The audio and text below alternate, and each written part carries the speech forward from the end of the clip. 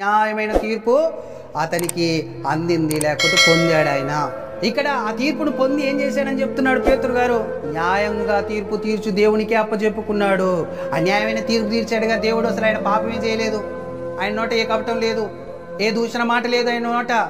అయినా కానీ ఆయనకు అన్యాయమైన తీర్పు జరిగింది అని చెప్తున్నాడు అక్కడ యేసయ్య గారు. మరి ఇక్కడికి వచ్చిన తర్వాత ఆయన మనకు మాదిరి ఉంచుకోనట్లు వీటినన్నిటిని ఆయన జరిగించాడు. అది జరిగించడానికే న్యాయముగా తీర్పు తీర్చు దేవునికి ఆయన అప్పచెప్పుకున్నాడు. అర్థమైందండి?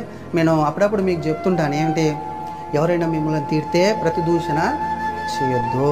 ఎవరైనా మిమ్మల్ని ఇబ్బంది పెడితే వాళ్ళకు ప్రతిగా ఇబ్బంది మీరు కలగజేయకండి. ఎందుకు? నువ్వు న్యాయంగా తీర్పు తీర్చు దేవునికి అప్పచెప్పవలసిన వాడువై ఉన్నావు. అందుకే లేఖనాలను మనం నెరవేర్చేది ఏమైనా ఉందంటే ఆయన చెప్పిపోయింది. ఆయన మాదిరి ఉంచిపోయాడు, మనకు మాదిరి ఉంచిపోయాడు. ఆయన సిలువలో అంతటిది సహించాడు. అందుకనే సులువుగా చిక్కున పెట్టు పాపమును విడిచి మీరు సిలువ వైపు చూడండి. నోటి నుంచి వచ్చే మీరు దూషణ ఏం చేస్తుంది? మిమ్మల్ని చిక్కులో పెట్టేస్తుంది, పాపంలోనికి నెట్టేస్తుంది. మనం పరిశుద్ధులమై ఉంటేనే పరలోకం వెళ్తాం, పాపలమై ఉంటే వెళ్ళలేం.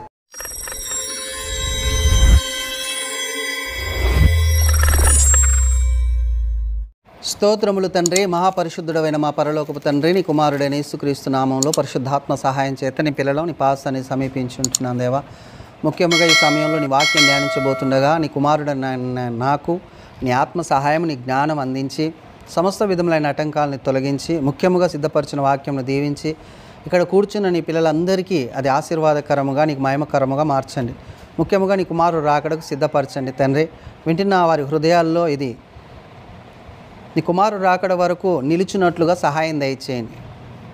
సమస్త విధములైన ఆలోచనలు వారి నుంచి తొలగించి నీ కృపలో భద్రపరిచి నడిపించి మాయం పొందమని మమ్మల్ని మేము తగ్గించుకుని నామమును హెచ్చిస్తూ ఈ వాక్యోపదేశం మీరు దీవించి ఆశీర్వదించమని అడుగుచి కొన్ని మనవులు నీ పాద సన్నిధిలో నుంచి నీ ప్రియ కుమారుడు ఈ లోకరక్షకుడు మా ప్రభువైన యేసుక్రీస్తు ప్రభు వారి పేరటి ప్రార్థన సమర్పిస్తుంటున్నాము తండ్రి. ఆమేన్. దేవాది దేవుడు, సర్వోన్నతుడు, సర్వాధికారి, సర్వశక్తిమంతుడైన దేవునికి మహిమ, ఘనత, ప్రభావాలు కలుగునుగాక. కూడుకున్న సహోదరి సహోదరులకు నా హృదయపూర్వక వందనాలు, శుభములు తెలియజేస్తుంటున్నాను. ముఖ్యంగా ఈరోజు కూడా ఒక పాఠాన్ని పెట్టుకొని లేకపోతే ఒక అంశాన్ని పెట్టుకొని మనం మాట్లాడడానికి ప్రయత్నం చేద్దాం. లేఖనాలలో ఉండిన దేవుని శక్తి అంశం పేరు ఏంటంటే లేఖనాలలో ఉండిన దేవుని శక్తి ఎలాంటిది, ఎంత గొప్పది కదా, అది దేని కొరకు అనే విషయాలు ఇలాంటివి కొన్ని వస్తుంటాయి. మీరు దాన్ని గ్రహించాలి. మీ మనసు మాత్రం వాక్యం చెబుతుంటే ఆ మాటల మీద ఉంచాలి. నేను చదువుతున్నప్పుడు మీరు బైబిల్ని చూడాలి, నేను చెబుతున్నప్పుడు నా ఫేస్ చూడాలి, నా మొహం చూడాలి. అప్పుడే మీకు అర్థం అవుద్ది. ఈ రెండిట్లో ఏది తప్పినా కానీ మీరు ఇంకొక ఆలోచనలో ఉన్నారని నాకు అర్థమవుతుందా? చదువుతప్పుడు బైబిల్ చూసి నేను చెప్తేప్పుడు నా ఫేస్ మీరు చూడలేదు అనుకో, మీరు ఇంకా ఏదో ఆలోచనలో ఉన్నారు, ఇక్కడ లేరు. మీరు only body present, mind absent అన్నట్టు. కాబట్టి మైండు బాడీ రెండు ప్రజెంట్గా ఉండేటట్లు మీరు చూసుకోవాలని కోరుకుంటున్నాను, ప్రేమపూర్వకంగా తెలియజేస్తున్నాను. అయితే లేఖనాలలో ఉండిన దేవుని శక్తి అనే అంశాన్ని మనం ధ్యానించే ముందు లేఖనం ఎలాంటిది, లేఖనం నెరవేరుతుందా, లేఖనము జరుగుతుందా, లేఖనము ఏమైనా కానీ ఒక అక్షరంలా ఆ బైబిల్లో ఉండడానికైనా దేవుడిచ్చింది, అది కార్యం దాలుస్తుందా అనే ఆలోచనలు చేద్దాం. కార్యం దాలుస్తుందా అంటే దాలుస్తుందని చెప్పవచ్చు. ఎలా దాల్చింది కార్యం, ఎలా చేసింది, క్రీస్తు అక్కడే గుర్తొస్తాడు మనకు. ఇందులో ఉండిన ప్రతి వచనము పని జరిగింది. ఆ వచనం ఏదైతే వాడు మాట్లాడబడిందో దేవుని వాక్యము, ఆ వాక్యం ఈ భూమి మీద పని జరుగుతుంది, జరిగింది, జరగబోతుంది. ప్రజెంటు, పాస్టు, ఫ్యూచరు మూడు జరుగుతున్నాయి ఈ వాక్యం ద్వారా. దీన్ని మనం గమనించాలి, గ్రహించాలి కదండి. ఇంతకు ఈ వాక్యము ఎలాంటిదంటే దేవుని యొక్క శక్తి అనేది బైబిల్ 1 కొరింథీ పత్రిక 1వ అధ్యాయము 18వ వచనంలో మనం చూస్తే దేవుని యొక్క మాట, దేవుని యొక్క వార్త, దేవుని యొక్క స్వరము ఎలాంటిది అనేది మనం ఆలోచన చేస్తే అక్కడ రాయబడి ఉన్న ఒక మాట చదువుదాం. 1 కొరింథీ పత్రిక 1వ అధ్యాయము 18వ వచనం. సిలువను గూర్చిన వార్త. ఏం వార్త? సిలువను గూర్చిన వార్త నశించుచున్న వారికి వెర్రితనము కానీ రక్షింపబడుచున్న మనకు దేవుని యొక్క శక్తి ఎక్కడుంది? వార్తలో, సిలువను గూర్చిన వార్తలో దేవుని శక్తి ఉంది. అంటే వార్త ఎవరిది? అది దేవుడిది. మాట ఎవరిది? అది దేవుడిది. స్వరం ఎవరిది? అది దేవుడిది. ఆ స్వరంలో, ఆ మాటలో, ఆయన యొక్క ఆ వార్తలో, ఆయన యొక్క శబ్దంలో ఏముంది? శక్తి ఉంది. బాగా గుర్తుపెట్టుకోవాలి, శక్తి ఉంది. కాబట్టి ఈ మాట ఏమవుతుంది? నెరవేరుతుంది. ఈ మాట ఏమవుతుంది? జరుగుతుంది. అన్ని మాటలు జరగవు. అన్ని బుక్లలో, అన్ని గ్రంథాలలో ఉండిన మాటలు జరిగాయో జరగలేదో మనకు తెలియదు సరిగా. కానీ ఈ గ్రంథం, ఈ మహా పరిశుద్ధ గ్రంథం లేకపోతే మహాజ్ఞాన గ్రంథంలో రాయబడిన ప్రతి వచనము ఈ భూమి మీద జరిగింది. అంత గొప్పది. మన చేతిలో ఉండిన ఈ బైబిల్ని మనము తక్కువగా అంచనా వేయటానికి వీలు లేదు అనేటట్లు దేవుని మాటలే తెలియజేస్తున్నాయి, దేవుని వాక్యమే తెలియజేస్తుంది. కాబట్టి 2 తిమోతి పత్రిక 3వ అధ్యాయము 14వ వచనంలో లేఖనములోనే శక్తి ఉంది అని చెప్తాడు. చూడండి అక్కడ, క్రీస్తు యేసునందు ఉంచవలసిన విశ్వాసము ద్వారా రక్షణార్థమైన జ్ఞానం నీకు కలిగించుటకు శక్తిగల పరిశుద్ధ లేఖనములు, ఆడ అండర్లైన్ చేయండి, శక్తిగల పరిశుద్ధ లేఖనములు. ఈ లేఖనాలు ఎలాంటివి అంటున్నాడు? శక్తి. అక్కడ కొరింథీ పత్రిక 1:18 ఏమన్నాడు? వార్తలో శక్తి ఉంది, స్వార్థలో శక్తి ఉంది, లేకపోతే సిలువను గూర్చిన వార్తలో శక్తి ఉంది. ఇక్కడ ఏమంటున్నాడు? లేఖనాలలో శక్తి ఉంది. ఏం కలగజేస్తుందట? అది రక్షణ కలగజేస్తుంది. లేఖనం ఏం కలగజేస్తుంది? రక్షణ కలగజేస్తుంది. లేఖనము దాని యొక్క నెరవేర్పు ఎలాంటిదయ్యా అంటే చాలా గొప్పది. ఈ లోక సంబంధమైనది కాదు, అది రక్షణార్థమైనది, పరలోక సంబంధమైనది, మనల్ని పరలోకం తీసుకువెళ్ళేది కదండి. స్వర్గం దొరకాలంటే చాలా కష్టం అంటుంటారు ఈ లోకంలో. స్వర్గానికి వెళ్ళాలంటే చాలా నీతిగా నియమంగా ఉండాలి అంటుంటారు. ఎలా ఉండాలి నీతిగా నియమాలు? వాళ్ళకు దారేది? వాళ్ళకు మార్గం ఏది? వారు నడిచేది ఎలా అంటే, ఇది ఇచ్చాడు మార్గంగా, ఇది ఇచ్చాడు మీరు నడవడానికి ఒక మార్గంగా. మహాజ్ఞాన గ్రంథాన్ని దేవుడు ఇచ్చాడు. భూమి మీద దేవుడు ఏది మనిషికి ఇవ్వకుండా ఉంచలేదు, అన్నిటిని ఇచ్చాడు ధారాళంగా. కానీ మనిషి దేని వైపు చూడాలి? ఎలా నడవాలి, ఎలా జీవించాలి, ఎలా బ్రతకాలి, ఎలా మాట్లాడాలి, ఎలా ఆలోచించాలి, ఈ విధానాలు మనుషులను పోలి నడవడం ద్వారా దేవునికి ఇబ్బందికరముగా మారుతుంది. మనుషులను పోలి నడవటానికి కాదు, దేవుని మాట, దేవుని స్వరం, దేవుని లేఖనాలు, దేవుని యొక్క స్వరము ఈ భూమి మీదకి వినిపించి లేఖనములని ఈ మహాజ్ఞాన గ్రంథంలో ఉంచి లిఖించి నీ చేతికి ఇచ్చింది. నువ్వు మనుషులను పోలి నడవడానికి అస్సలు కాదు, దేవుణ్ణి పోలి నడవాలి, యేసుక్రీస్తును పోలి నడవాలి అనడానికి ఇచ్చాడు కదండి. ఎలా ఇచ్చాడు ఈ మాటల్ని? మరి ఎలా కలిగాయి ఈ మాటలు? శక్తి ఏంటి? ఆ శక్తి చూద్దాం. 2వ పేతురు పత్రికలోనికి రండి. 2వ పేతురు పత్రిక 1వ అధ్యాయము 20-21 వచనాలు చదువుదాం. 2వ పేతురు పత్రిక 1వ అధ్యాయము 20వ వచనం 21వ వచనం. ఒకడు బాగా వినాలి. ఒకడు తన ఊహను బట్టి చెప్పుట వలన లేఖనం అంటే బైబిల్లో ఉండిన మాట ఒకని ఊహని బట్టి పుట్టినది కాదు, ఒకని యొక్క మనసును బట్టి పుట్టినది కాదు, ఒకని యొక్క ఉద్దేశమును బట్టి పుట్టినది కాదు అంటున్నాడు ఆయన. ఈ లేఖనం ఎలా పుట్టింది, ఎలా కలిగింది, ఎలా మనం గ్రహించాలి దాన్ని అంటే ఇక్కడ చెప్తున్నాడు పేతురు గారు, ఒకడు తన ఊహను బట్టి చెప్పుట వలన లేఖనములో ఏ ప్రవచనమును పుట్టదని మొదట గ్రహించుకున్నాం. మనం మొదట గ్రహించవలసింది ఇది మనుషులు చేసింది, మనుషులు రాసింది, మనుషుల ఆలోచనలో పుట్టింది కాదని తెలుసుకోవాలి. 2:21లో ఏలయనగా ప్రవచనము ఎప్పుడును మనుషుని ఇచ్చని బట్టి కలగలేదు కానీ మనుషులు పరిశుద్ధాత్మ వలన ప్రేరేపింపబడిన వారై దేవుని మూలముగా పలికిరి. ఇక్కడ మీకు అర్థం కావాల్సింది ఏంటంటే మనుషులు పరిశుద్ధాత్మ వలన ప్రేరేపింపబడిన వారై అంటే మనుషులు శక్తి కలిగి, మనుషులు శక్తిని తీసుకొని, దేవుని శక్తిని, పరిశుద్ధాత్మ అంటే దేవుని శక్తి అండి, అర్థమవుతుంది మీకు? దేవుని శక్తి వారిలోనికి వచ్చినప్పుడు వారు ప్రవచించారు, వారు మాట్లాడారు, వాళ్ళు రాశారు. ఏంటిది? ఈ మహాజ్ఞాన గ్రంథాన్ని. ఇది మనిషి వలన కలిగింది, మనిషి ఊహ వలన కలిగింది, మనిషి ఆలోచనలోని పుట్టింది కాదు. మీరు చదువుకుంటున్న పుస్తకాలు ఉన్నాయిగా, అవి మనుషులు రాశారు, మనుషులు రాశారు, వాళ్ళ ఆలోచనలను బట్టి రాశాడు. ఆ వాక్యంలో, ఆ పుస్తకాలలో శక్తి ఉండదు. బాగా గుర్తుపెట్టుకోండి, ఏముండదు? శక్తి ఉండదు. అది నెరవేర్పు ఉండదు, ఆ మాట నెరవేరదు. అర్థమవుతుందా? మీ పుస్తకాలలో ఉండిన మాటలు నెరవేరవు. ఈ గ్రంథంలో ఉండిన మాట ప్రతిదీ నెరవేరుతుంది. ఊకనే వాపసు తిరిగి వెనకకు, దేవుడు పలికిన ఏ మాట కూడా వెనకకు తిరిగి వాపసు వెళ్ళదు. ఏం చేస్తుంది అంటే కార్యం సిద్ధింపజేస్తుంది. మన మాటలే కార్యం సిద్ధింపజేస్తాయి. తెలుసా మీకు? మనుషులమైన మన మాటలే ఏం చేస్తుంటాయి అప్పుడప్పుడు? ఏ ప్రశాంతు, నువ్వు లేచి ఇటు సైడ్ కూర్చో అంటే లేచి ఏం చేస్తాడు? ఇటు సైడ్ కూర్చుంటాడు. ఎనోషు ఇటు సైడ్ కూర్చో, నువ్వు లేచి అంటే ఏం చేస్తాడు? సరే, ఏంటంటే ఈ మాట ఏం చేస్తుంది? కార్యం చేస్తుంది. మనిషి యొక్క మాటకే కార్యం చేసే శక్తి ఉంటే దేవుడండి. దేవుని యొక్క స్వరానికి, దేవుని యొక్క మాటకు, దేవుని యొక్క వార్త, లేకపోతే ఆయనలో నుంచి బయటకు వస్తున్న ప్రతి ఒక్క శబ్దము కార్యం సిద్ధింపజేస్తుంది. కార్యం సిద్ధింపజేస్తుంది. దీన్ని బట్టి మనకేం తెలవాలి?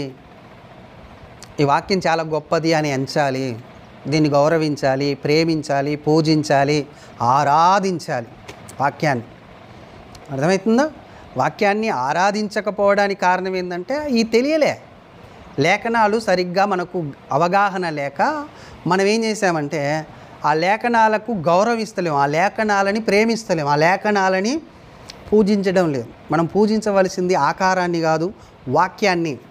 మనం ఆరాధించవలసింది ఆకారాన్ని కాదు, వాక్యాన్ని.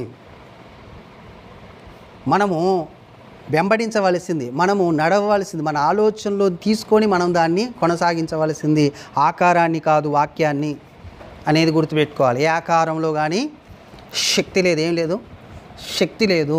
మాటలోనే శక్తి పెట్టి దేవుడు ఈ భూమి మీదకి ఉంచాడు, ఈ భూమి మీద ఉంచాడు అనేది మనము జ్ఞాపకం చేసుకోవాలి కదా.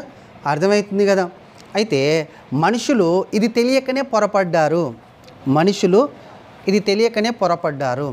అంతేకాకుండా ఇది ఊహను బట్టింది కాదు, పరిశుద్ధాత్మ శక్తిని బట్టింది, దేవుని మూలముగా అని అన్నారు కదా, వాక్యంలో రాయబడింది కదా. అయితే ఇంకా ఏదైనా విధానం ఉందా దేవుని మాట పుట్టడానికి, దేవుని మాట జరిగించడానికి, దేవుడి మాట ఇక్కడికి రావడానికి ఇంకా ఏమైనా కారణం ఉందా అని అంటే ఇంకో మాట చూడండి. తిమోతి పత్రిక ఎలా వచ్చింది ఆ మాట అనడానికి, ఎలా పుట్టింది ఆ మాట? 2 తిమోతి పత్రిక 17 వచనం చూడండి. 17 వచనం, 16, 17 రెండు కలిసినాయి కదా. దైవజనుడు సన్నద్ధుడై ప్రతి సత్కార్యమునకు పూర్ణముగా సిద్ధపడి ఉండునట్లు ప్రతి లేఖనం, అక్కడ అండర్లైన్ చేయండి, దైవావేశము వలన కలిగిన ప్రతి లేఖనము ఉపదేశించుటకును, ఖండించుటకును, తప్పుదిద్దుటకును, నీతి యందు శిక్ష చేయుటకును ప్రయోజనకరమై ఉన్నది. ఈ లేఖనం ఎలాంటిది? శక్తి గలది, ప్రయోజనకరమైంది కూడా. అప్రయోజనకరమైంది కాదు, ప్రయోజనము లేనిది కాదు, ప్రయోజనకరమైనది. ఏంటిది? దేవుని యొక్క వాక్యము. దైవావేశం వలన కలిగిన దేవుని వాక్యము. అర్థమవుతుందా? మనిషి ఊహను బట్టి కలిగింది కాదు, దేవుని యొక్క శక్తి ఉంది లేఖనంలో, అక్కడ చెప్పాడు. ఇక్కడనేమో దేవుని యొక్క ఆవేశం వలన కలిగింది, దైవావేశం వలన కలిగింది. దేవునికి ఆవేశం ఎందుకు వచ్చిందండి? ఈ మాటలు రాయించడానికి దైవ ఆవేశం కారణం అంటున్నాడు. ఎందుకు వచ్చింది? మనుషులు, ఈ భూమి మీద మనుషులు పొరపడుతున్నారు, తొందరపడుతున్నారు. ఈ భూమి మీద ఉన్న మనుషులు కలవరపడుతున్నారు, అంతే కదండి. ఏం చేయాలి, ఎలాగున మేము ఉండాలనే విధానాలు తెలియటం లేదు మనుషులకు. అప్పుడు దేవునికి ఆవేశం వచ్చింది. ఆవేశం వచ్చి ఇది రా నువ్వు నడవలసింది, ఇది కాదు, ఇలా రా నువ్వు బ్రతకవలసింది, ఇలా కాదు అని చెప్పే విధానంలో నుంచి పుట్టింది ఈ లేఖనం. అర్థమవుతుందా? ఈ లేఖనము ఆ విధంగా పుట్టింది. అయితే తెలియని వాళ్ళకు తెలియకపోతే అదొక తీరండి. తెలిసిన వాళ్ళు కూడా పొరపడుతున్నారట. ఎవరు తెలిసిన వారెవరు? లేఖనం తెలిసిన వారెవరు? యూదులు, ముఖ్యంగా యూదులు. వాళ్ళకు ధర్మశాస్త్రాన్ని ఇచ్చాడు. ప్రవక్తల్ని ఇచ్చాడు, వాళ్ళకి యాజకుల్ని ఇచ్చాడు, వాళ్ళకు క్రమాన్ని ఇచ్చాడు, దేవుడు విధి విధానాలను ఇచ్చాడు, ఆయన సంకల్పంలో ఉండిన సంగతులను తెలియజేశాడు. అయినా వాళ్ళు ఏం చేస్తున్నారంటే పొరపడుతున్నారు. ఏం తెలియక పొరపడుతున్నారు వీళ్ళు? తెలిసి కూడా తెలియక ఉన్నట్టుగా ఉన్నప్పుడు ఏం తెలియక మీరు పొరపడుతున్నారు? మత్తయి సువార్త 22వ అధ్యాయము 29వ వచనం చూడండి. అందుకు యేసు లేఖనములని కానీ దేవుని శక్తిని కానీ చూసారా అండి? ఏం తెలియక వాళ్ళు పొరపడుతున్నారయ్యా అంటే లేఖనం తెలియక. లేఖనం తెలుసు కొంతమందికి, కానీ దేవుని శక్తి తెలియదు మనలో. అందులో 2 విధానాలు ఉన్నాయి, గుర్తుపెట్టుకోవాలి, మనం గుర్తుపట్టాలి. ఒకటి, లేఖనం తెలిసిన వాళ్ళు ఉన్నారు, వాళ్ళు కూడా పొరపడుతున్నారు.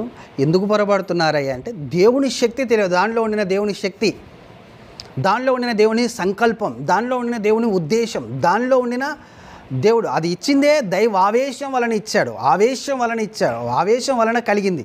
అంటే ఆయన కోపంతో రాయించిన మాటలై, ఆవేశంతో రాయించిన మాటలై, ఆవేశం ద్వారా పుట్టిన లేఖనము గ్రహించకపోతే ఇంకా ఆవేశంగా ఉంటుందా? ఉండదా? ఇంకా కోపం వస్తుందా? రాదు. అందుకని యేసుక్రీస్తు వారు కొరడ పట్టుకుంది. ఏ పాపము ఎరగలేదు ఆయన, ఎక్కడ కోపపడలేదు, ఎక్కడ ఇబ్బంది పడలేదు, ఎక్కడ ఎవరిని హింసించలేదు. కానీ మందిరాన్ని పాడు చేస్తున్నప్పుడు మాత్రం కొరడ పట్టుకున్నాడు. ఆ మందిరం పాడు అవ్వకూడదనే దేవుడు ఏమిచ్చాడు? లేఖనాన్ని ఇచ్చాడు. ఆ లేఖనానికే శరీరంనిచ్చి భూమి మీదకి పంపిస్తే ఆయన వచ్చి చెప్తున్నాడు. అయినా కానీ వినకుండా ఉండేసరికి దేవుని మందిరము మీరు దొంగల గృహగా చేస్తున్నారు, వ్యాపారపు టిల్లుగా చేస్తున్నారని ఏం పట్టుకున్నాడు? కొరడా పట్టుకున్నాడు. ఆయనను కొరడా పట్టుకునేటట్టు చేశారు చూడండి మనుషులు. ఈ లేఖనం పుట్టక ముందు కూడా అదే జరిగింది. కాబట్టి ఈ లేఖనము దైవావేశం వలన కలిగింది అనేది మనకు అర్థం కావాలి. కాబట్టి ఇప్పుడు మరలా మనం అలాగున ఉండడానికి ప్రయత్నం. మన దేవుని ఆలయం అంటే ఏంటిది? దేహం దేవుని ఆలయం. మీ దేహము దేవుని ఆలయము అని మీరు ఎరగరా అని దేవుని వాక్యం సెలవిస్తుంది. కాబట్టి దేహము ఎవరిది? దేవుడిది. దీని కొరకు ఈ వాక్యాన్ని ఇచ్చాడు. దీన్ని మీరు కాపాడుకోవాలి, దీనిలో ఉండిన ఆత్మని మీరు మరలా పరలోకం చేర్చుకోవాలి అని ఈ లేఖనాలను ఇచ్చాడు. రక్షణార్థమైనది ఈ లేఖనం. రక్షణార్థమైన శక్తి ఉంది అందులో, లేఖనంలో కదా. అందుకనే దీన్ని చదవండి అని ఎందుకు చెప్తాను నేను? ఇది చదివితే మనకు తెలుస్తుంది మనం ఎందుకు వచ్చాం ఈ భూమి మీదకి, మరలా తర్వాతకి మనం ఎక్కడికి పోతాం, మనల్ని ఎవరు తీసుకొచ్చారు ఈ భూమి మీదకి, మనల్ని ఎవరిని తీసుకెళ్తున్నారు ఈ భూమి నుంచి అనేది చాలా ప్రాముఖ్యమైంది. అందుకనే వచ్చిన ఇల్లుని మర్చిపోతే మరలా అక్కడికి వెళ్ళడానికి వీలుండదు అనేటువంటి హెబ్రీ పత్రికలు రాయిస్తారు. అబ్రహాం చరిత్ర గురించి మాట్లాడుతున్నప్పుడు స్వదేశమును మర్చిపోకూడదు. స్వదేశమును మర్చిపోతే దారి మర్చిపోం. ఎక్కడికి వెళ్ళాలో తెలియదు. కాబట్టి మన మనస్సు ఎక్కువగా, మన ఆలోచన ఎక్కువగా పరలోకము పైనున్న వాటి మీద, దానిలో ఉండిన క్రీస్తు మీద ఉండాలనేటట్లు కొలసి పత్రికలో కూడా మనకు దేవుడు తెలియజేశాడు. కాబట్టి బాగా ఆలోచించాలి. లేఖనం చాలా ప్రాముఖ్యమైనది. అది మామూలుగా పుట్టింది కాదు, మనిషి ఊహ నుంచి పుట్టింది కాదు, ఎవడూ రాసింది కాదు. అది 40 మంది ప్రవక్తలు దాదాపుగా 1500 సంవత్సరాల క్రితం, క్రీస్తు పూర్వం 1500 సంవత్సరాల క్రితం నుంచి రాయబడిన లేఖనాలు. అనేకులు అనేక విధానాలలో ఉండినప్పటికీ వాళ్ళందరూ ఏక మనసుతో, ఏక ఆలోచనలతో, ఏక మనసుతో దేవుని శక్తి కలిగి రాశారు. ఒకే విషయాన్ని రాశారు.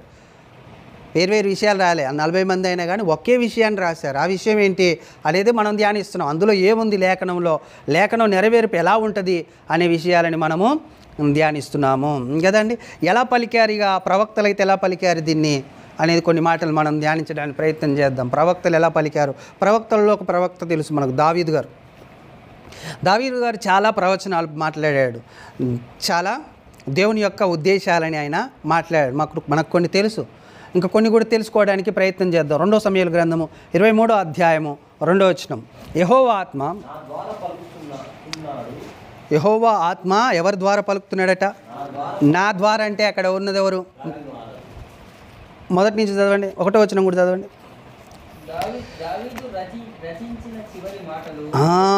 దావీదు రచించిన చివరి మాటలు ఇవే.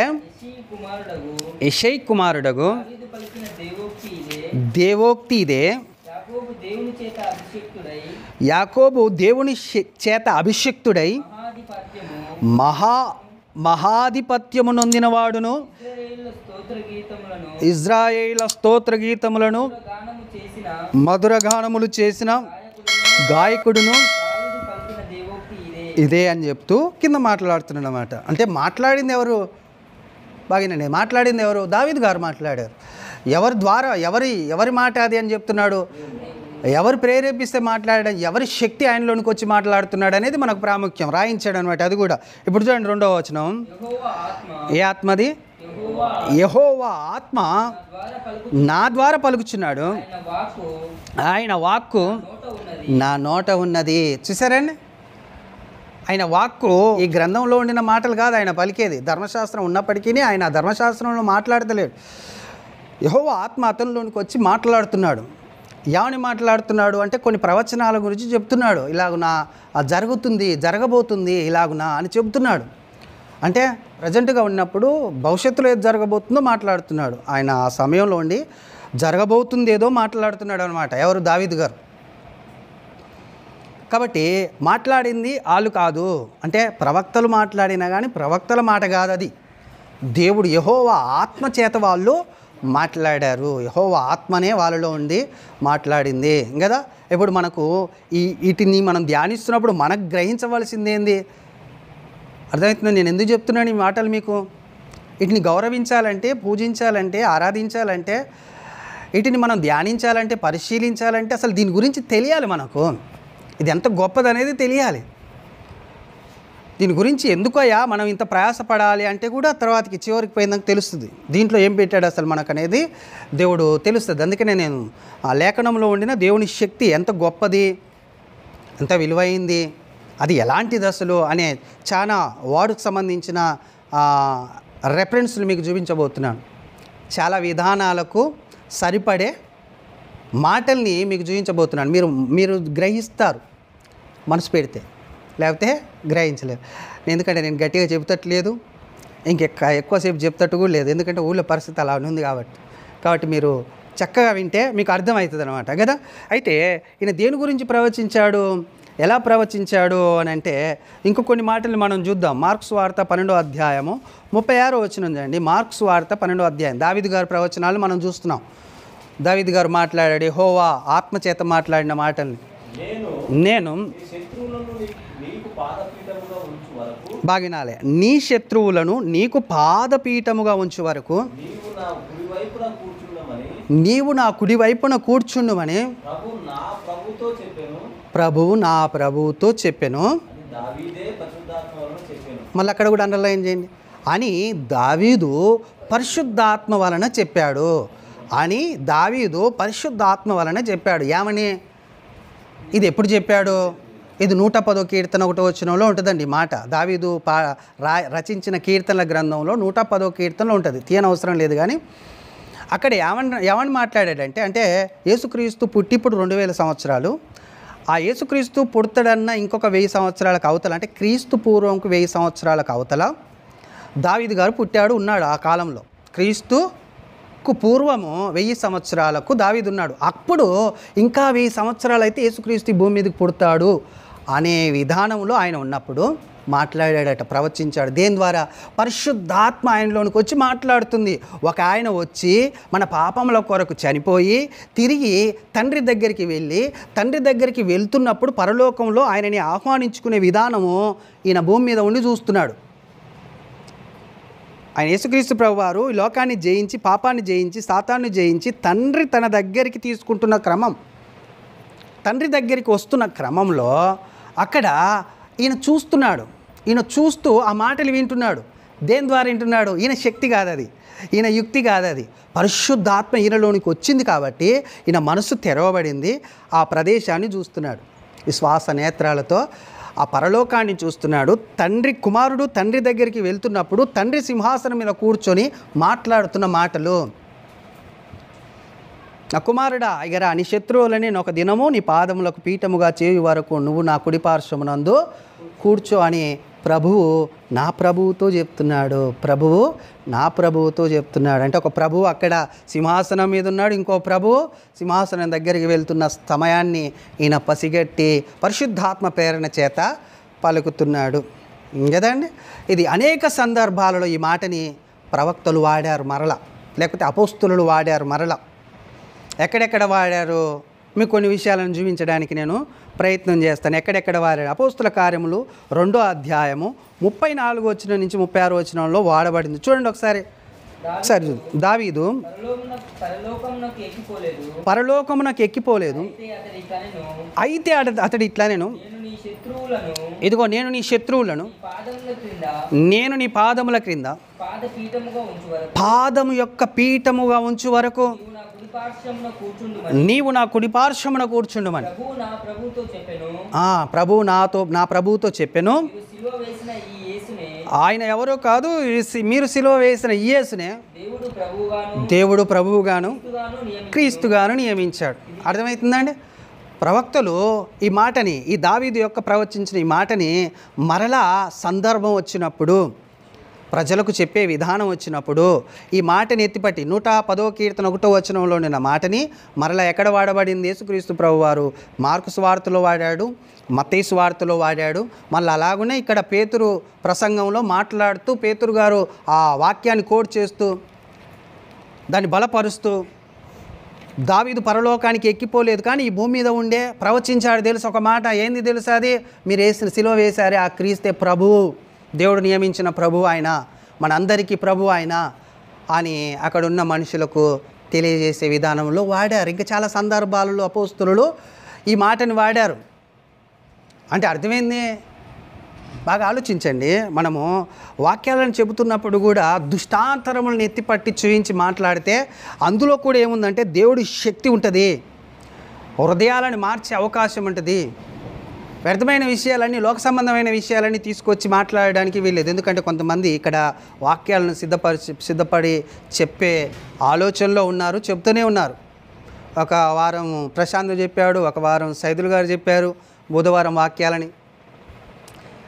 మీకు నేను తెలియజేస్తుంది ఏంటంటే మన ఊహతోనో కానీ లోకానుసారమైన విషయాలతో కానీ ఆ విషయాలను తీసుకొచ్చి ఇక్కడ వాక్యానికి మనం క్రోడీకరించి మాట్లాడకూడదు. ఎందుకంటే అందులో శక్తి లేదు, ఇందులో శక్తి ఉంది. నేను ఎక్కువ అందుకనే బయట విషయాలు ఎక్కడ తీసుకురాను.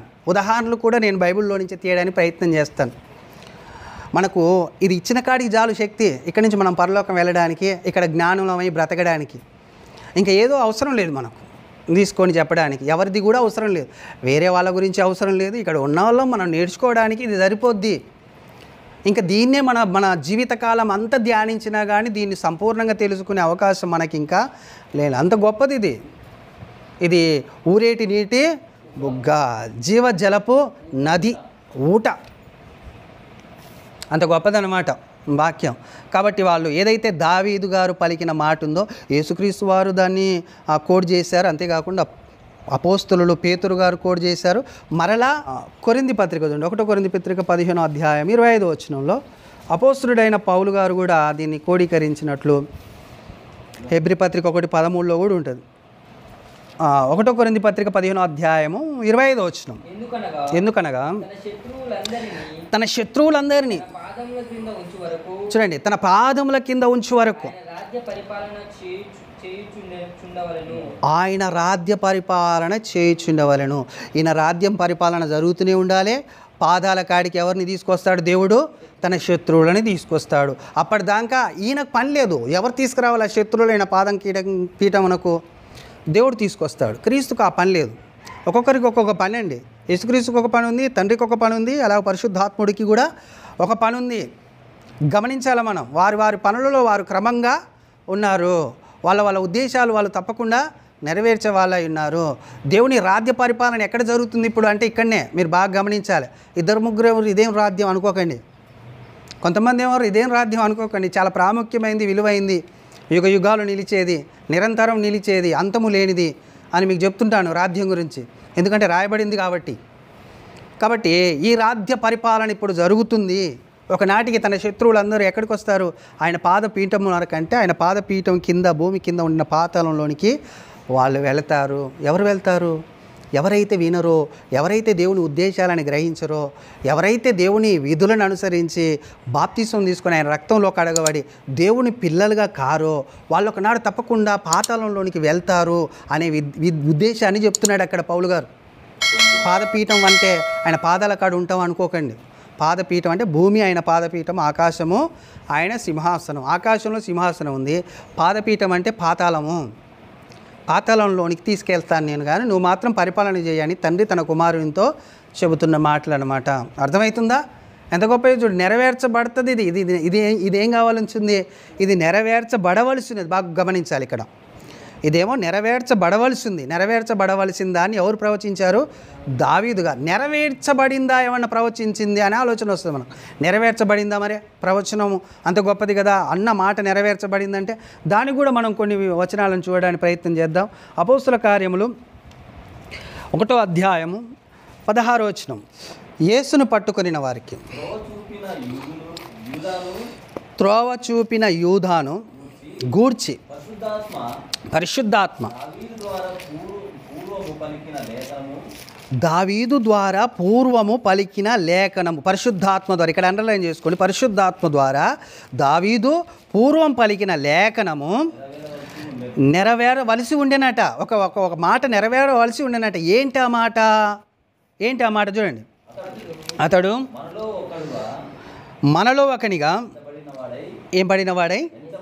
ఎంచబడిన వాడై ఈ పరిచర్యలో పాలు పొందెను. ఈ యూదా ద్రోహము వలన సంపాదించిన రూకలనిచ్చి ఒక పొలం కొన్నాడు. అతడు తలక్రిందులుగా పడి నడిమికి బద్దలైనందున అతని పేగులన్నీ బయటికి వచ్చెను. ఈ సంగతి యెరూషలేములో కాపురం ఉన్న వారందరికీ తెలియవచ్చును. గనుక వారి భాషలో ఆ పొలము అకేల్దా మా అనబడి ఉన్నది. దానికి రక్తభూమి అని అర్థము. ఇందుకు ప్రమాణముగా అంటున్నాడు. ఇక్కడ ఆగండి. ఇక నెరవేర్చవలసిన మాట పలికాడు ఎవరు? దావీదు గారు పలికారు. ఏంటా మాట? ఎక్కడ రాయబడింది ఆ మాట? ఏదో నెరవేర్చబడిందని అంటున్నారు అపోస్తులు. మనం గ్రహించాలంటే లేఖనము జరగబోయేదాన్ని ప్రవచించింది. అంటే పాదముల పీఠముల వరకు తీసుకొస్తాడు, నువ్వు పరిపాలన చేసుకో అని దేవుడు తన కుమారుణ్ణి తన కుడిపార్శ్వను కూర్చోబెట్టుకుని జరుగుద్ది తప్పకుండా.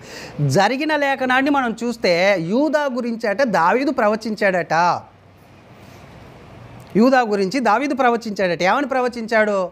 అది అన్యాయంగా ఒక భూమిని కొంటాడు, ఆ కొన్న భూమి రక్త భూమిగా పిలువబడుతుంది అని ఒక ప్రవచనం అంటే దావీదు గారు పలికారట. అది నెరవేరిందని చెప్తున్నారు ఇక్కడ. అర్థం కావాలి, మీ అందరికి అర్థం కావాలి. అది నెరవేరింది అంటే దావీదు పరిశుద్ధాత్మ ప్రేరణ చేత పలకబడిన ఒక మాట నెరవేరింది. అదేంటంటే కింద చూడండి, ఇప్పుడు కింద చూడండి 20వ వచనంలో. అతని ఇల్లు పాడైపోనుగాక, దానిలో ఎవ్వడునూ కాపురం ఉండకపోనుగాక, అతని ఉద్యోగము వేరొకడు తీసుకొనుగాక. చూశారండి, ఇక ఎక్కడ రాయబడింది కూడా చెప్పాడు ఆయన. ఇది ప్రవచనము పరిశుద్ధాత్మ వలన దావీదు పలికిన ప్రవచనం ఎక్కడ రాయబడి ఉందంటే కీర్తన గ్రంథంలో రాయబడి ఉంది. ఇప్పుడు మనం అక్కడికి వెళ్ళాలి, నెరవేరిందా నెరవేరలేదా అని తెలవడానికి. ఇప్పుడు కీర్తన గ్రంథం 109వ కీర్తన 8వ వచనంలో చెప్పబడింది ఈ మాట, చెప్పబడలేదా? 109వ కీర్తన 8వ వచనం. వాని జీవిత దినములు కొద్దివవునుగాక. ఓరు ప్రవచిస్తున్నారు ఈ మాట? దావీదు ప్రవచిస్తున్నారు. బాగినాలు మనం బాగా మనసు పెట్టాలి. దావీదు ఇక్కడ ఏదో యూదా గురించి ప్రవచించాడు అనే మాట వీళ్ళు నెరవేరవలసి ఉండెను. నేను చెప్తాను మరలా వినండి. ఒక మాట నెరవేర్చవలసి ఉండెను. దావీదు పలికిన మాట ఒక మాట నెరవేరవలసి ఉండెను. ఆ మాట ఏంటి అంటే కింద చెప్పారు. ఇక్కడ ఏది అపోస్తుల కార్యములు 1వ అధ్యాయంలో కొంచెం చెప్పారు. అది ఎక్కడుందంటే కీర్తనల గ్రంథం ఉందని బాగా చెప్తున్నారు. మళ్ళీ వాళ్ళే కీర్తనల గ్రంథంలో ఉంది. ఆ కీర్తనల గ్రంథంలో ఏముంది, ఎవరి గురించి మాట్లాడాడు దావీదు అనేది మనం చూస్తున్నాం. ఇప్పుడు ఆ ఉద్దేశంలో చూడండి. ఇప్పుడు వాని జీవిత దినములు కొద్దివవునుగాక. వాని ఉద్యోగం అంటే యూదా శిష్యుడిగా ఉన్నాడుగా, అది సామాన్యమైన ఉద్యోగం కాదండి. అది మనకు దేవుడు సేవా విధానాన్ని ఇచ్చాడు. అందుకే రాజులు యాజకులు అన్నాడు. యాజకుడు అనేది ఉద్యోగం. యాజకత్వం అనేది ఉద్యోగం. యాజకత్వం కూడా మనం చేయాలి, బాగా గుర్తుపెట్టుకోండి. యాజకులమైన మనము ఉద్యోగం చేస్తున్నాము అంటే సేవ చేస్తున్నాము దేవునికి, అంటే ఒక ఉద్యోగం చేస్తున్నాము. అందుకని బిల్లీ గ్రహాం గారు ఆయన దగ్గరికి వచ్చి, నువ్వు పార్లమెంట్లో లేకపోతే వైట్ హౌస్లో ఒక గొప్ప స్థితిలో, అంటే నువ్వు చెప్పేవాడిగా నేను తీసుకుందాం అనుకుంటున్నాం, మేము ఆలోచన చేసాం, మేము నాయకులం అందరం, నేను మా అందరికంటే పైన పెట్టి నీ ద్వారా మేము పరిపాలన చేయాలనుకుంటున్నాం. అంటే నేను చాలా గొప్ప పోస్ట్లో ఉన్నాను, మంచి ఉద్యోగంలో ఉన్నాను నేను. అది ఎవరు లెక్కించలేని ఉద్యోగం, అది దానికి వాల్యుయేషను ఈ భూమి మీద ఎవడు వెలకట్టలేని ఉద్యోగం నేను చేస్తున్నాను, నా దేవుని ఉద్యోగం అది. దానికంటే మించింది కాదు ఈ పార్లమెంటులో గొప్ప నాయకుడిగా ఉండడం అని అన్నాడట బిల్లీ గ్రహాం గారు. అంటే ఇప్పుడు మనకి ఇక్కడ ఏమర్థం కావాలంటే, యూదా ఒక మంచి పోస్ట్లో ఉన్నాడు, కానీ తన ధనాపేక్ష వలన ఏమయ్యాడంటే ఇబ్బందికరంగా అది జరుగుద్దని పరిశుద్ధాత్మ ద్వారా దావీదు కీర్తనల గ్రంథంలో మాట్లాడాడు. అది చదువుతున్నాం అన్నమాట.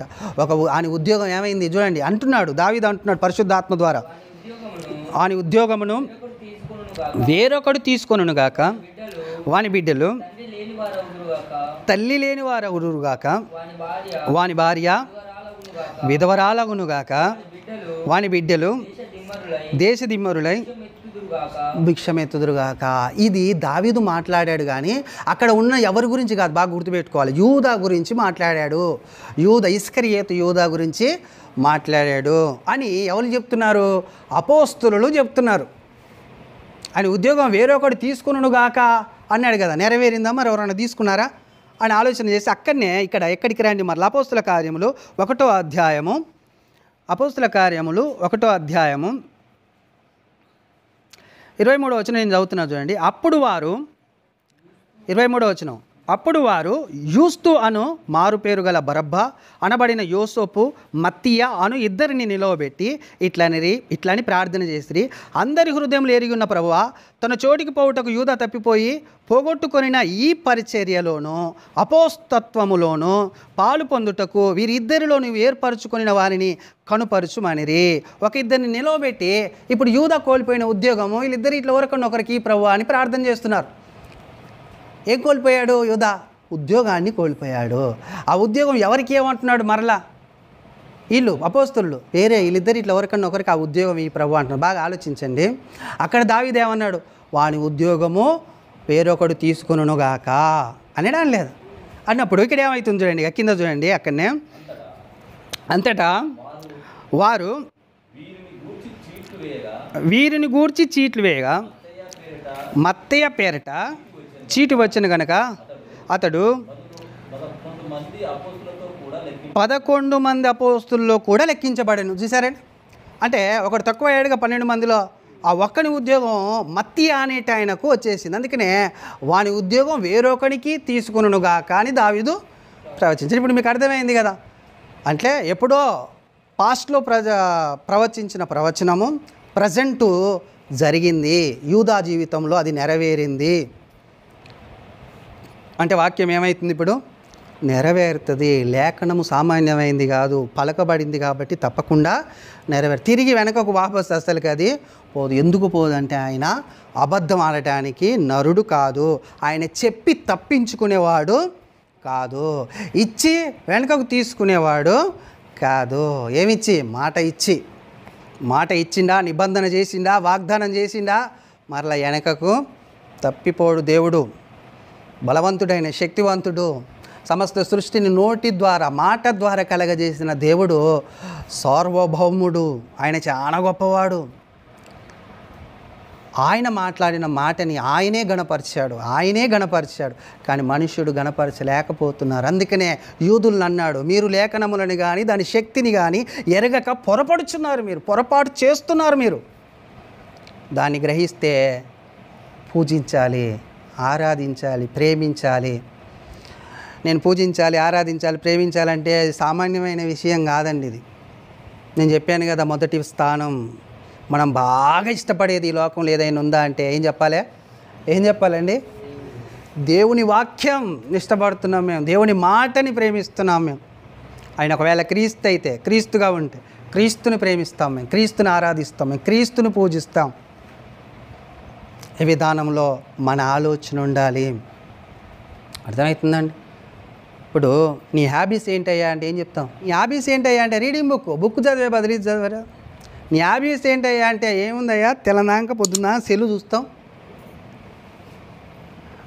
అవన్నీ హాబీస్ పెట్టుకొని మరలా ఏం చేస్తుంటారు వీళ్ళు? దేవుడు మేము పూజిస్తున్నాం, దేవుణ్ణి మేము ఆరాధిస్తున్నాం, దేవుణ్ణి మేము అదే అండి దేవుణ్ణి పూజించడం ఆరాధించడం అంటే నీ హాబీస్ ఏంటంటే ఏం లేదు, వాక్యం చదవడం, వాక్యం లాగున మేము ప్రవర్తించడం, వాక్యాన్ని బట్టి మేము నడుచుకోవడం, ఇదనమాట హ్యాబీస్. ఒక మనిషికి నేను అప్పుడప్పుడు చెప్తుంటాను, మీకు ఒక వ్యసనంగా మారాలి వాక్యం చదవడం కానీ ధ్యానించడం కానీ. లోకంలో ఉండినప్పుడు చాలా వ్యసనాలు ఉంటాయి కదండి మనకు. ఎలాంటి వ్యసనాలు? ఎవడ అభ్యంతరం చెప్పకుండా తయారు చేసుకుంటాం ఆ వ్యసనాలను మనం కదా. ముందే ఒకళ్ళు వీళ్ళు అడుగుతాడు ఈ వ్యసనాన్ని బట్టి, దీనికి ఏదన్నా ఒక వంక చెప్పాలనే ఉద్దేశం కూడా మనలో పుట్టి ఉంటుంది ఆల్రౌండ్. దాన్ని స్టోర్ చేసుకుంటాం మంచిగా కదా. మామూలు అడుగుతా అప్పుడప్పుడు నేను, ఎందుకురా బంజేరా తాగుడు వద్దురా అని అన్నాను అనుకో, నా బాధ నీకేం తెలుసు అంటాడు. ఏమంటాడు? నా బాధ నీకేం తెలుసు అంటాడు. అది స్టోర్ చేసుకున్నాడు. చెప్తానికి ఇక వస్తాయి చూడ, నువ్వు హృదయం నుంచి ఏం బాధలు రా నీకంటే ఇక అన్నీ బాగా నిలవ ఉన్నాయి అందులో. ఆ వ్యసనం నుంచి తప్పించబడలేక వంకలు ఆ సాకులు చెప్తారు. నిజంగా వ్యసనంగా బైబిల్ మనకుంటే, వాక్యం మనకుంటే, ఆయన ఉద్దేశాలు, ఆయన ఆలోచనలు, ఆయన సంకల్పాలు మనకుంటే మనకు కూడా వంకలు రావాలి తెలుసా. అంతేనా కదా? వంక రావాలి. వీడు పోయేద్దందారంటే నో, బైబిల్ చదవాలి నేను, అంతేనా కదా. కుమారుడు వస్తాడు ప్రశాంత్ కాడికి, సామాన్యంగా రాడాడు ఇంట్లోకి. ఎట్టొస్తాడు తెలుసా? ప్రశాంత్ ఏం పోయినట్టు అక్కడ ఏదో పడిపోతున్నట్టు, ప్రశాంత్ అర్జెంట్ రా, ఎమ్మటి రా, ఆడ పెట్టి ఆ చేతులు ఉన్నాయి కూడా ఆడ పెట్టి తీసుకొని పోతాడని. ఏముండదు అక్కడ కదండి. ఇంకో అప్పుడు వంకలు చెప్పాలి. ఏ వంక చెప్పాలి? బాబు నాకు పని ఉందిరా నాయన అని చెప్పాలి. ఆడు బైబిల్ అంటే ఎట్లా వదిలిపెట్టాడు, చదవద్దురా అని అంటాడు. ఇంకేదండి, చదవాలి బాగా. ఈ లోకాన్ని చదివే చదువు కంటే ఇది చదివిపియాలి. చచ్చిపోతప్పుడు దావీదు మహారాజు ఇలాగున ప్రవచించిన దావీదు మహారాజే తన కుమారునికి ఏమి ఇచ్చిపోయాడండి? ఏం చెప్పిపోయాడు? చివరి మాట ఏం చెప్పాడు? ధర్మశాస్త్రాన్ని మర్చిపోకో, ధర్మశాస్త్రంలో ఉన్న కట్టడలని విధులని మర్చిపోకు. అది నిన్నేం చేస్తుంది తెలుసా? గొప్పోని చేస్తుంది. ఈ లోకంలో ఆనాటి నుంచి ఈనాటి వరకు, ఆనాటి అవతల వరకు కూడా ఎవ్వడు లేడు సొలొమోన్ అంత ఐశ్వర్యవంతుడు, సొలొమోన్ అంత జ్ఞాని. ఏమిచ్చిపోతే వాళ్ళ నాన్న వాక్యాన్ని ఇచ్చిపోయిండు, వాక్యాన్ని కదండి. ఇప్పుడు ఆ వాక్యం ఏమైంది? అది నెరవేర్చింది. ఆ వాక్యమే అన్నదండి, మీరు ఎక్కడున్నా దీవించబడతారు నా మాట శ్రద్ధగా వింటే, మీరు ఎక్కడున్నా ఆశీర్వదించబడతారు నా మాట శ్రద్ధగా వింటే. దానికి భయపడితే, దానికి వణికితే, దానికి లోబడితే, దాని ముందు దీన మనస్సు కలిగి ఉంటే మీరు ఎక్కడున్నా ఆశీర్వదించబడతారు. మీరే కాదు, మీ చుట్టుపక్కల ఉన్నాయి కూడా ఆశీర్వదించబడతాయి అని దేవుడు పలికాడు. వెనకకు పోద్దా వాపస్? అది పోదు. కొంచెం సమయం ఉంటుంది, కాకపోతే కొంచెం సమయం ఉంటుంది. ఆ సమయం వచ్చిందాక ఓపికతో ఉన్నామా? ఆయన మూస్తే దాన్ని తెరవగలవాడు ఎవడు లేడు, ఆయన తెరిస్తే దాన్ని మూయగలవాడు ఎవడు లేడు. ఆ ధైర్యం కావాలండి మనం. లేఖనంలో నుంచి వచ్చే ధైర్యం సామాన్యమైంది కాదు. అందుకని తిమోతితోని మాట్లాడే మాట మొదట మనం చదివిన మాటలో, నువ్వు ఎందుకు భయపడుతున్నావు తిమోతి? నువ్వు బాల్యం నుంచి చదివిన లేఖనాలలో శక్తి ఉందిరా నాయన. అది సామాన్యమైంది కాదు. నువ్వు చిన్నప్పటి నుంచి చదివిన లేఖనం ఎలాంటిదంటే దాంట్లో శక్తి ఉంది. ఇంద్రియ నిగ్రహం గల ఆత్మశక్తి అందులో దాగి ఉంది. ఆ లేఖనంలో నీ మనసుని, నీ బుద్ధిని, నీ ఆలోచన, నీ అంతటిని అది మార్చేసి నిన్ను ఒక ధైర్యవంతుడిగా నిలవబెట్ట శక్తి ఈ వాక్యంలో ఉంది. ఎవరి ఎదుటనైనా నిలవబడి మాట్లాడగలిగే సామర్థ్యం ఈ వాక్యము నీకు కలగజేస్తుంది. కానీ దాన్ని ప్రేమించాలి, దాన్ని ఒక వ్యసనముగా మార్చుకోవాలి, ఒక అలవాటుగా మార్చుకోవాలి. అప్పుడు నువ్వు ఎంతమంది ముందలో, కొంతమంది సార్ల ముందర మాట్లాడటానికి, స్టూడెంట్ ముందర మాట్లాడటానికి చాలా సిగ్గుపడిపోతుంటారు, భయపడిపోతుంటారు. ఏం లేఖలలో ఏం లేకండి, శక్తి లేదు వాళ్ళ మీద, వాళ్ళకే నమ్మకం లేదు. అసలు వాళ్ళు ఏమై ఉన్నారో వారికి తెలియదు, అందుకు భయపడతారు. ఇంకొంతమంది భయపడరు. వాళ్ళు ఎందుకు భయపడరు? వాళ్ళు లోకజ్ఞానం బాగా ఎరిగిన వాళ్ళు, వాక్చాత్ అన్నీ ఉంటాయి వాళ్ళకి. ఇక లోకం కొంతమంది అది ఉండదు, ఏది ఉండదు, మధ్యలో ఉంటారు. ఎలా ఏం చేయాలో అర్థం కాదు. అప్పుడు వాక్యం చదవాలి, వాక్యం చదవాలి. నేను అంటుంటాను అందుకే నేను పిల్లల్ని ఎప్పుడు వాక్యం చదవండి, వాక్యం చదవండి, వాక్యం చదవండి, వాక్యం చదవండి. మీరు ప్రార్థన చేయకపోయినా పర్వాలేదు, నాకు వాక్యం చదవాలి. వాక్యంలో శక్తి ఉంది, వాక్యంలో జ్ఞానం ఉంది. వాక్యం మనల్ని బ్రతికిస్తుంది, పోషిస్తుంది, నడిపిస్తుంది కదండి. అర్థమవుతుందా? ఇప్పుడు ఎంతవరకు వచ్చాం మనం మన సబ్జెక్టులో? వాక్యము నెరవేర్చబడుతుంది. అది యేసుక్రీస్తు ప్రభువారు కూడా నెరవేర్చారు. ప్రవక్తలు ప్రవచించిన లేఖనాలని యేసుక్రీస్తు ప్రభువారు కూడా నెరవేర్చారు. ఎక్కడ నెరవేర్చారు? ఎలా నెరవేర్చారు అంటే, యేసుక్రీస్తు సిలువలోనికి ఎక్కుతాడు, ఆయన అందరి పాపములను మోసుకొని పోవు దేవుని గొర్రెపిల్ల. అంతేకాకుండా ఆయన అన్యాయము చేయబడిన ఒక వచనం చూద్దాం. 53వ యెషయా గ్రంథం 53వ అధ్యాయం 8వ వచనం. యెషయా గ్రంథం 53వ అధ్యాయం 8వ వచనం చూడండి. ఆయన కొరకు రాయబడిన ప్రవచనము. అన్యాయపు తీర్పు నొందిన వాడై అతడు కొనిపోబడెను, అతడు తన జనుల అతిక్రమములను బట్టి నా జనుల అతిక్రమమును బట్టి మొత్తబడెను కదా, సజీవుల భూమిలో నుండి అతడు కొట్టివేయబడెను. అయినను అతన్ని తరము వారిలో ఈ సంగతి ఆలోచించువారు. ఏ సంగతి? ఒక ఆయనని పంపిస్తున్నాడు దేవుడు అని ఎవరు ఆలోచిస్తున్నారు? ఈ తరం వాళ్ళు అంటున్నాడు. ఎవరు అంటున్నారు? యెషయా ప్రవక్త అంటున్నాడు. యెషయా ప్రవక్త అంటున్నాడు. ఎవరు ఆలోచిస్తున్నారు? ఎవరు పరిశీలన చేస్తున్నారు? లేఖనాలని పరిశీలన చేశారండి. కొంతమంది ప్రవక్తలు చేశారు, యెషయా లాంటి ప్రవక్తలు చేశారు. కానీ ప్రజలందరూ చేయాలి కదా, ఆ ప్రవక్తల మాటలు విని దాని ప్రకారం నడుచుకోవాలి కదా, నడుచుకోలేకపోయారు. కానీ అన్యాయముగా ఏం చేశాడు దేవుడు? మనల్ని బట్టి, లేకపోతే అక్కడున్న ప్రజల్ని బట్టి, లేకపోతే ఈ ప్రపంచంలో ఉన్న మనుషులందరిని బట్టి మొత్తబడ్డాడట. అన్యాయపు తీర్పు తీర్చబడిందట. మన అతిక్రమములు ఆయన మీద పడ్డాయి.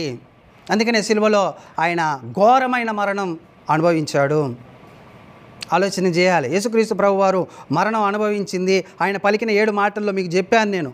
ఆయన ఎందుకు మరణించాడంటే, మరలా నా కోసం మరణించాడు అనేది రెండవది, అది సెకండరీ. అది మొదటిది ఏంటిది? లేఖనము నెరవేర్చబడినట్లు ఆయన దప్పికొన్నాడు. లేఖనం నెరవేర్చబడినట్లు ఆయన వీరేం చేయుచున్నారు వీరెరుగరు కనుక వీరిని క్షమించు అన్నాడు. లేఖనములు నెరవేరబడినట్లే ఆయన సిలువలో పలికిన 7 మాటలు కానీ, ఆయన ఈ భూమి మీద నడిచిన 33.5 సంవత్సరాల పరిచర్య కానీ లేఖనము లేఖనము లేఖనము లేఖనము. అది ఫస్ట్ తండ్రి మాట, అది తండ్రి ఉద్దేశం, అది తండ్రి సంకల్పం నెరవేర్చడానికి ఆయన ఆ 3.5 సంవత్సరాలు లేకపోతే 33.5 సంవత్సరాలు ఆయన జీవితాన్ని తండ్రి కొరకు ధరబోసాడు. ఇప్పుడు మనం ఏం చేయాలి అనే ఉద్దేశాన్ని కూడా మీకు కొన్ని విషయాలని చెప్పిన. మనం నెరవేర్చవలసిన వాక్యం ఏంటిది? మనకు ఉందా ఇంకా ఈ భూమి మీద? మనం ఏమైనా నెరవేర్చాలనా అంటే నెరవేర్చాలి మనం కూడా. ఆయన మనకు మాదిరి ఉంచిపోయాడు. మాదిరి ఉంచిపోయాడా, ఉంచిపోలేదా? చూడండి పేతురు పత్రిక 22 వచ్చి నుంచి చూడండి. ఆయన పాపం చేయలేదు. ఎవరు చేయలేదండి? యేసుక్రీస్తు ప్రభువారు పాపం చేయలేదు. ఆయన నోట ఏ కపటము కనబడలేదు. ఆయన దూషింపబడి బదులు దూషింపలేదు. ఈ మాట జ్ఞాపకం చేసుకోవాలండి. మనం నెరవేర్చవలసినవి ఉన్నవి అంటే ఏంటి ఉన్నాయి? ఇంకా లేఖనంలో మనం నెరవేర్చవలసినవి ఉన్నాయి అంటే ఏంటి ఉన్నాయి? ఇంకా ఆలోచన రావాలి మనకు. ఏంటి అటయ్యే? ఆయన ఏం చేశాడు చూడండి. క్రీస్తు కూడా మీ కొరకు బాధపడి మీరు తన అడుగు జాడల యందు నడుచుకొనున్నట్లు మీకు మాదిరి ఉంచిపోయాను. ఏంటి ఆ మాదిరి? ఇప్పుడు చదువు. ఆయన పాపం చేయలేదు. ఆయన నోట ఏ కపటము లేదు. ఆయన దూషింపబడి బదులు దూషింపలేదు. ఆయన శ్రమ పట్టబడి బెదిరింపగా న్యాయముగా తీర్పు తీర్చు దేవునికి తను తాను అప్పగించుకోడు. మనం చేపట్టేమో ఆయనకు అన్యాయమైన తీర్పు జరిగింది అక్కడ. అర్థమవుతుందా? ఎక్కడ? యెషయా గ్రంథం 53వ అధ్యాయం 8వ వచనంలో ఇప్పుడు చదివాం. అన్యాయమైన తీర్పు అతనికి అందింది, లేకపోతే పొందాడు ఆయన. ఇక్కడ ఆ తీర్పును పొంది ఏం చేశాడని చెప్తున్నాడు పేతురు గారు? న్యాయంగా తీర్పు తీర్చు దేవునికి అప్పచెప్పుకున్నాడు. అన్యాయమైన తీర్పు తీర్చాడుగా దేవుడు. అసలు ఆయన పాపమే చేయలేదు. ఆయన నోట ఏ కపటం లేదు, ఏ దూషణ మాట లేదు ఆయన నోట. అయినా కానీ ఆయనకు అన్యాయమైన తీర్పు జరిగింది అని చెప్తున్నాడు అక్కడ యేషయా గారు. మరి ఇక్కడికి వచ్చిన తర్వాత ఏం చెప్తున్నాడు ఇక్కడ పేతురు గారు? ఆయన మనకు మాదిరి ఉంచిపోవునట్లు వీటినన్నిటిని ఆయన జరిగించాడు. అది జరిగించడానికే న్యాయముగా తీర్పు తీర్చు దేవునికి ఆయన అప్పచెప్పుకున్నాడు. అర్థమైందండి? నేను అప్పుడప్పుడు మీకు చెప్తుంటాను ఏమిటి? ఎవరైనా మిమ్మల్ని తిడితే ప్రతి దూషణ చేయొద్దు. ఎవరైనా మిమ్మల్ని ఇబ్బంది పెడితే వాళ్ళకు ప్రతిగా ఇబ్బంది మీరు కలగజేయకండి. ఎందుకు? నువ్వు న్యాయంగా తీర్పు తీర్చు దేవునికి అప్పచెప్పవలసిన వాడవై ఉన్నావు. అందుకే లేఖనాలను మనం నెరవేర్చేది ఏమైనా ఉందంటే ఆయన చెప్పిపోయింది. ఆయన మాదిరి ఉంచిపోయాడు, మనకు మాదిరి ఉంచిపోయాడు. ఆయన సిలువలో అంతటిని సహించాడు. అందుకనే సులువుగా చిక్కున పెట్టు పాపమును విడిచి మీరు సిలువ వైపు చూడండి. నోటి నుంచి వచ్చే మీరు దూషణ ఏం చేస్తుంది? మిమ్మల్ని చిక్కులో పెట్టేస్తుంది, పాపంలోనికి నెట్టేస్తుంది. మనం పరిశుద్ధులమై ఉంటేనే పరలోకం వెళ్తాం, పాపలమై ఉంటే వెళ్ళలేం. అర్థమవుతుందండి? సింపుల్గా చిక్కున పెట్టేస్తుంది అది. సింపుల్గా మనము ఇంకొకరి కొరకు ప్రాణం పెట్టబద్ధులమై ఉన్నాము అనే మాట చాలా గొప్పదండి. అది అర్థం కావాలండి. అది అర్థమైంది అనుకోండి, ఆ మాట అర్థమైతే ఇంకొకరికి మనం ఎవరు తిట్టినా మరలా తిట్టాం, ఎవరు దూషించినా మరలా క్షమిస్తాం. ఇది మనకే తెలిసింది. ఒకటి చెప్పరా, నేను మనం క్షమిస్తున్నాం అనుకుంటున్నాం కానీ ఆయన నెత్తి మీద నిప్పుల కుప్పను పోస్తున్నట్టు. ఎందుకు? ఆయన అగ్నికి అప్పచెప్తున్నావు. నిప్పుకు దేవుడు అంటే ఏంటంటే అగ్ని కదా, మహా అగ్ని, ఆయన దహించే అగ్ని. ఆయన ఆ అగ్నికి అప్పచెప్పుతున్నావు, నువ్వు క్షమిస్తున్నావు అంటే దేవుడు ఊరుకుంటాడా? ఆయన చేతిలో పడటం మహాభయంకరం. నీ చేతిలో పడితే ఏం చేస్తావు? నీ బలం ఎంత? నీ శక్తి ఎంత? నీ నోటి నుంచి వచ్చే మాట ఎంత? మరి అదే అన్నమాట. దేవుని విధిని మనము సరిగ్గా గమనించాలి, గ్రహించాలి, తెలుసుకోవాలి కదా అండి. ఇలాగున మనం వెళ్తే ఇంకోటితో పంచాయతీ అవుతుందండి, వివాదాలు వస్తాయి, మనకు గొడవలు అవుతాయా? మరి ఇది నెరవేర్చకపోతే మనం దేవుని నమ్ముకొని కూడా వ్యర్థమైపోతుందండి. చాలా డేంజర్. ఇప్పుడు అవతల అంటే లోకంలో ఉన్నవాళ్ళు దేవుడు తెలియదాలకు, లేఖనాలు తెలియదాలకు తెలియదు, వాళ్ళు ఇష్టం చేసుకుంటున్నారు. దేవుడి యొక్క ఆకర్షణ వాళ్ళ మీద ఉంటే వాళ్ళు దేవుని దగ్గరకు వస్తారు, పరలోకం కూడా వెళ్తారు. ఒకవేళ లేదనుకో వాళ్ళు పాతాళంలోకి వెళ్తారు. ఇప్పుడు మనం వచ్చి నేర్చుకుంటూ ఒకవేళ మన నోరు జారినా, మన చూపు జారినా, మన తలంపులు జారినా, మన అడుగు జాడలు జారినా, మన చేష్టలు కూడా తప్పిదంగా కనబడ్డా కానీ లిస్ట్లో రాయబడుతుంటుంది. ఒక్కొక్కటి బాప్తిసం తీసుకున్న కానించి ఒక్కొక్కటి రాయబడుతుంటుంది. దాన్ని తుడిపోయి ప్రభువా, దాన్ని తుడిపోయి మళ్ళీ ఏడవాలి. ఒక్కోసారి ఏడ్చినా కానీ పొందుకోలేమాట ఆశీర్వాదం. ఏశావు మన ముందర పెట్టాడు ఆయన. కాబట్టి మనం చాలా జాగ్రత్తగా ఉండాలండి. పొదుపు ఉండాలి ప్రతి విషయంలో. పొదుపు ఇంట్లోనైతే పొదుపు చేస్తాం కదండి, ఆయన చాలా పొదుపు చేస్తారని సాక్ష్యం ఉంటుంది. అదే మాటల విషయంలో, పరిశుద్ధత విషయంలో పొదుపు ఉండదే. ఆలోచించి చూడండి, ఉంటుందా పొదుపు? నెత్తి దూతా ఉంటున్నారు. వింటున్నారా? వాక్యం వింటున్నారా? ఇవన్నీ మీకే. మీరు ఎలా కనబడాలంటే లోకానికి క్రీస్తు ఎలా కనబడ్డారు? క్రీస్తుని చూస్తే, క్రీస్తు చనిపోయి తిరిగి లేచిన తర్వాత క్రీస్తుని చూస్తే చాలామంది వణికారు గడగడ. క్రీస్తు ఉన్నప్పుడు ఎవరు సరిగా వణకలేదు, భయపడలేదు, రాళ్ళు తీసుకున్నారు కోటి సంబరానికి. కానీ ఆయన తిరిగి లేచిన తర్వాత చాలా భయపడ్డారు.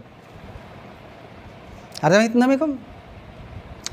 ఆయన తిరిగి లేచిందే మనల్ని లేపడానికి. ఆ లేపడానికి మనకు లేఖనాలని ఆయన ఇచ్చాడు. ఆ లేఖనాల ప్రకారం మనం నడుచుకుంటామా అదృష్టవంతులం, లేకపోతే దృష్టవంతులం. ఆ లేఖనాల ప్రకారం నేర్చుకోవాలంటే మనకు తెలియాలి. చివరిగా ఒక మాట చూసి నేను ముగించడానికి ప్రయత్నం చేస్తాను.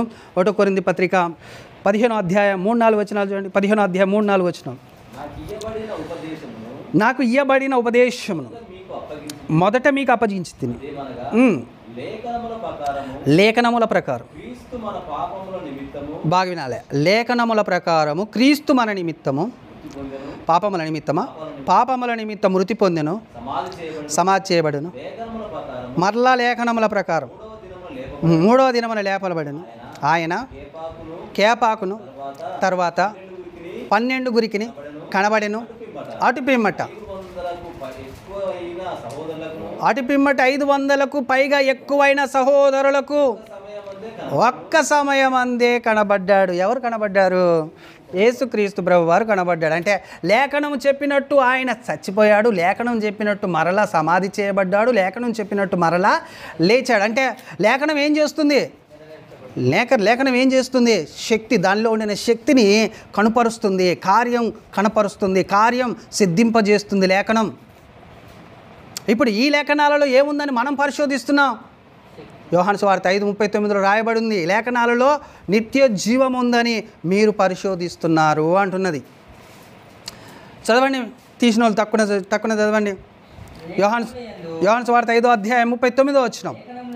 లేఖనముల యందు మీకు నిత్య జీవం కలదని తలంచుచు వాటిని ఎక్కడ పెట్టాడు చూడండి నిత్య జీవం. ఎక్కడ పెట్టాడు నిత్య జీవం దేవుడు? లేఖనములో. అంటే స్వర్గానికి వెళ్ళే దారి ఎక్కడుంది? లేఖనములో ఉంది. అర్థమవుతుందండి? వాక్యములో ఉంది. అదనమాట. కాబట్టి మనకు మాదిరి ఉంచిపోయాడు ఆయన. దూషింపలే, తిరిగి అన్యాయం చేయబడిన న్యాయంగా తీర్పు తీర్చు దేవునికి అప్పజెప్పుకున్నాడు. అంతేకాకుండా ఆయన ఏ పాపము ఏ కపటం ఆయనలో లేదు, యథార్థవంతుడు ఆయన. ఇవన్నీ మీరు జరిగించాలని ఆయన ఆ వాక్యాన్ని నెరవేర్చి లేఖనాలను నెరవేర్చి మనకు మరలా ఆ స్థితిని ఇచ్చిపోయాడు. మీరు కూడా నెరవేర్చబద్దులై ఉన్నారు. యోహాను పత్రిక 1 యోహాను పత్రిక 2వ అధ్యాయం 7 నుంచి చూద్దాం త్వరగా. ప్రియులారా, మొదటి నుండి పూర్ణ ఆజ్ఞలలే కానీ కొత్త ఆజ్ఞలను నేను మీకు రాయటలేదు. పూర్వపు ఆజ్ఞ మీరు విన్న వాక్యమే మరియు కొత్త ఆజ్ఞను మీకు రాయిచున్నాను. చీకటి గతించుచున్నది, సత్యమైన వెలుగు. అంటే ఎక్కడుంది ఆ వెలుగు? నీ వాక్యము వెల్లడి అగుటతోడనే అది వెలుగు కలుగును, తెలివి లేని వారికి అది తెలివి కలిగించును. దావీదు గారు మాట్లాడింది అది కూడా. ఇప్పుడు అదే నెరవేర్పబడుతుంది. ఏమంటున్నాడు? ఇప్పుడు ఆ వెలుగు ఏమవుతుంది? ప్రకాశించుచున్నది. ఆ వెలుగు ఇప్పుడు ఏమవుతుంది? ప్రకాశించుచున్నది గనుక అది ఆయన యందును మీ యందును సత్యమే.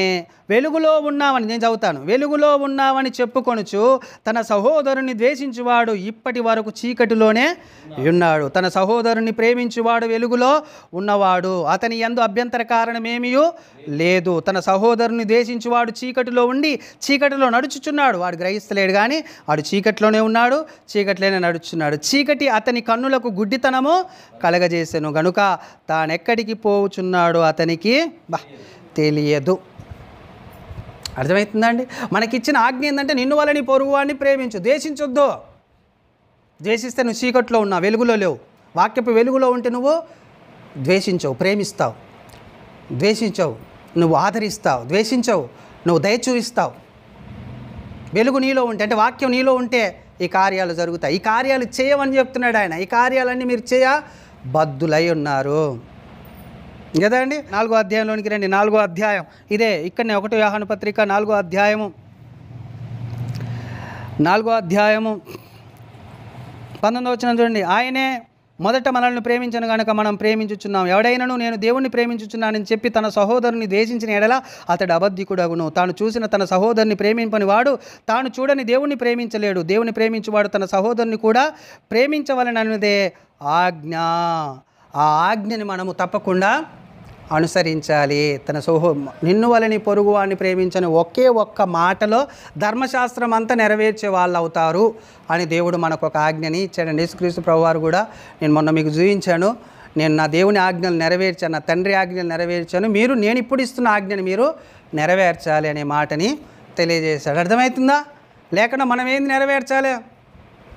నిన్ను వల్ల నీ పొరుగువాడిని ప్రేమించనే మాటని మనము నెరవేర్చాలి. అంతేకాకుండా మన నోట్ల కపటం రావద్దు. మనము ఏ పాపం ఎరగని వారముగా ఉండాలి. ప్రతి దూషణ మనము చేయకూడదు. మనం ఇంకొకరిని ఆశీర్వదించాలి. ఇవన్నీ మనం నెరవేర్చాలి. ఎప్పటి వరకు? యేసుక్రీస్తు 2వ రాకడ వరకు, లేకపోతే మనం పోయేంతవరకు.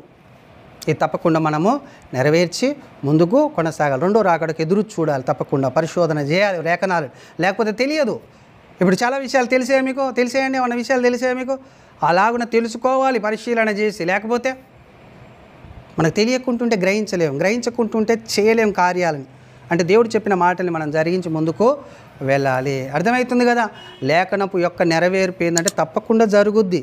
అది పాస్ట్లో కానీ, ప్రజెంట్లో కానీ, ఫ్యూచర్లో కానీ జరుగుతుంది. అది పాస్ట్ టెన్స్ గురించి కొన్ని ప్రవచించారు, ప్రజెంట్ గురించి కొన్ని ప్రవచించారు, మరలా ఫ్యూచర్ గురించి కూడా కొన్ని ప్రవచనాలు ప్రవచించారు. కాబట్టి ఇవన్నీ నెరవేర్చబడి ఉన్నాయి. మన మాటలు నెరవేర్చబడవు. మనం ఇప్పుడు చెప్తే జరైనాక మర్చిపోతాము, లేకపోతే దాన్ని వదిలేస్తాము, లేకపోతే మోసపూరితం దాన్ని మలిపేస్తాం. మేము అనలేదు అంటాం అని కూడా. దేవుడు అట్లా అన్నాడు అంటే ఆయన కథం ఇక అది తప్పకుండా జరుగుద్ది అనేది మనం జ్ఞాపకం చేసుకొని ముందు కొనసాగుదాం. దేవుడి మాటలు దీవించి మన హృదయంలో ఉంచునుగాక. ఆమేన్. ప్రార్థన చేసుకుందాం. అందరి తలలో ఉంచండి.